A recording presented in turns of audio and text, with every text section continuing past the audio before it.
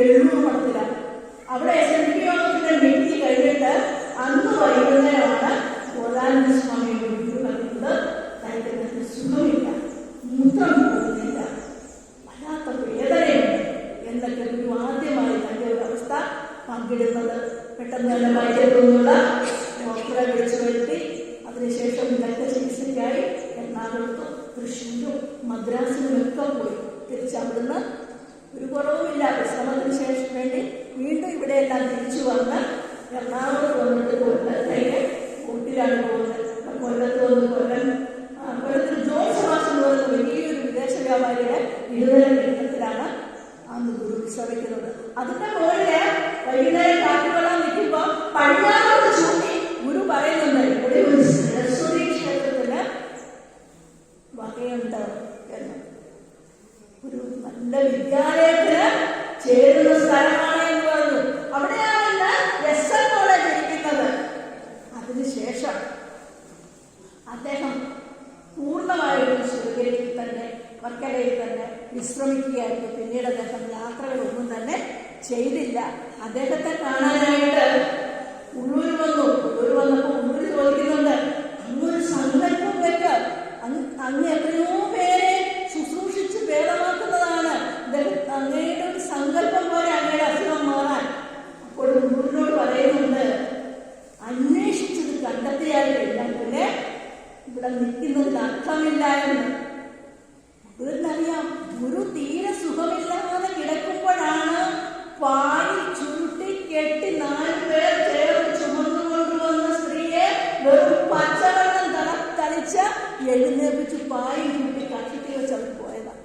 ആ ഗുരുവിനൊന്ന് സങ്കല്പിച്ചാൽ മതി. പക്ഷെ എന്തുകൊണ്ട് ഗുരു പറഞ്ഞതുപോലെ തന്നെ ഗുരു വന്ന കാര്യങ്ങൾ കഴിഞ്ഞു, ഗുരുവിന് തിരിച്ചു പോകണം. അതുകൊണ്ടാണ് നടരാജഗുരു വരുന്നുണ്ട് യൂറോപ്പിലേക്ക് പോകാനായിട്ട്. അനുവാദം വാങ്ങിക്കാൻ വരുമ്പോൾ ഇനി എന്ത് വരുമെന്ന് ചോദിക്കുന്നുണ്ട്. മെയ് 20 വന്നു കഴിയുമ്പോൾ പോകത്തിന് എന്ത് വരുന്നു ചോദിക്കുമ്പോൾ 8 മാസം കഴിഞ്ഞേ വരുവുള്ളൂ എന്ന് പറയുമ്പോൾ ഗുരു പറയുന്നുണ്ട്, ഇത് 4 മാസമേ ഉള്ളൂ. സെപ്റ്റംബർ 20.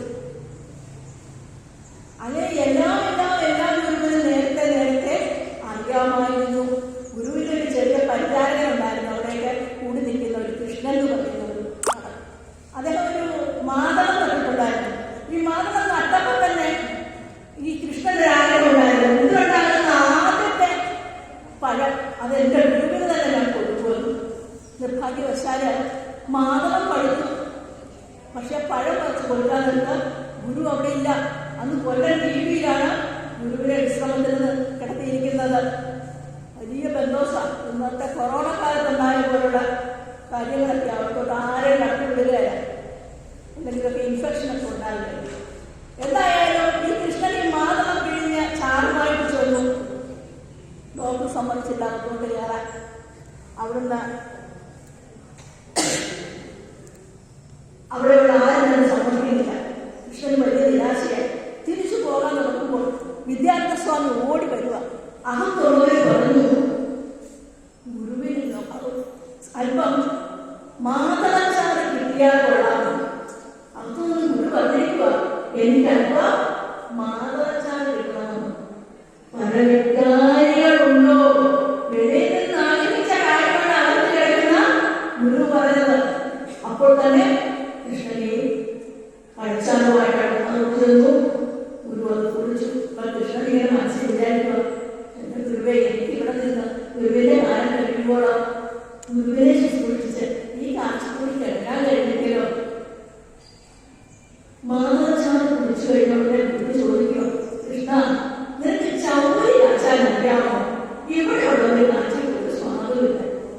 അറിയാം, എന്നാ പോയി ഒരു ഗ്ലാസ് ചൗരി കാച്ചിക്കൊണ്ട് വരാം. കൃഷ്ണനോട് പോയി ചൗരി കാച്ചിക്കൊണ്ട് വന്നു. കുടിച്ചു. നല്ല സ്വാദുണ്ട്. നീ തന്നെ ചൗരി കാച്ചിയാൽ മതി, നീ പുറത്തോട്ട് പോകണ്ട. അങ്ങനെ അതും ഗുരുവിന്റെ ആ പല ഹൃദയജ്ഞാനം അവിടെയും നമ്മൾ മനസ്സിലാക്കിയ.